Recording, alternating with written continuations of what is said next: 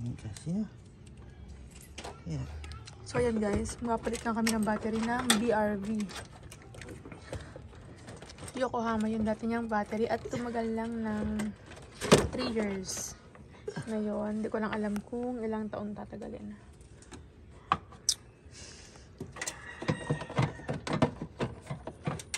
So ayan, tignan nyo lang kung paano magpalit.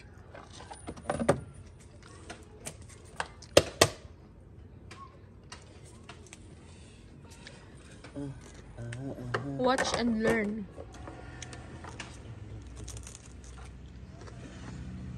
Ang bigat nga pala nitong battery ng sasakyan. Grabe. Parang 25 kilos. Bigat. Ito nga pala ay Amaron. Amaron ang brand.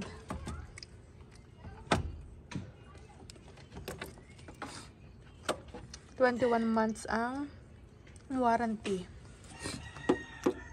Ayan siya. Nasa 4.6 lang ang bili namin kasi trinade namin yung lumang battery.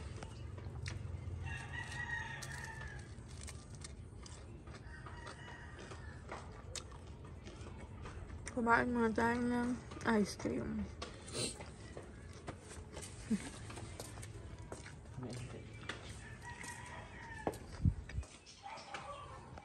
Dito tayo sa mas malapit.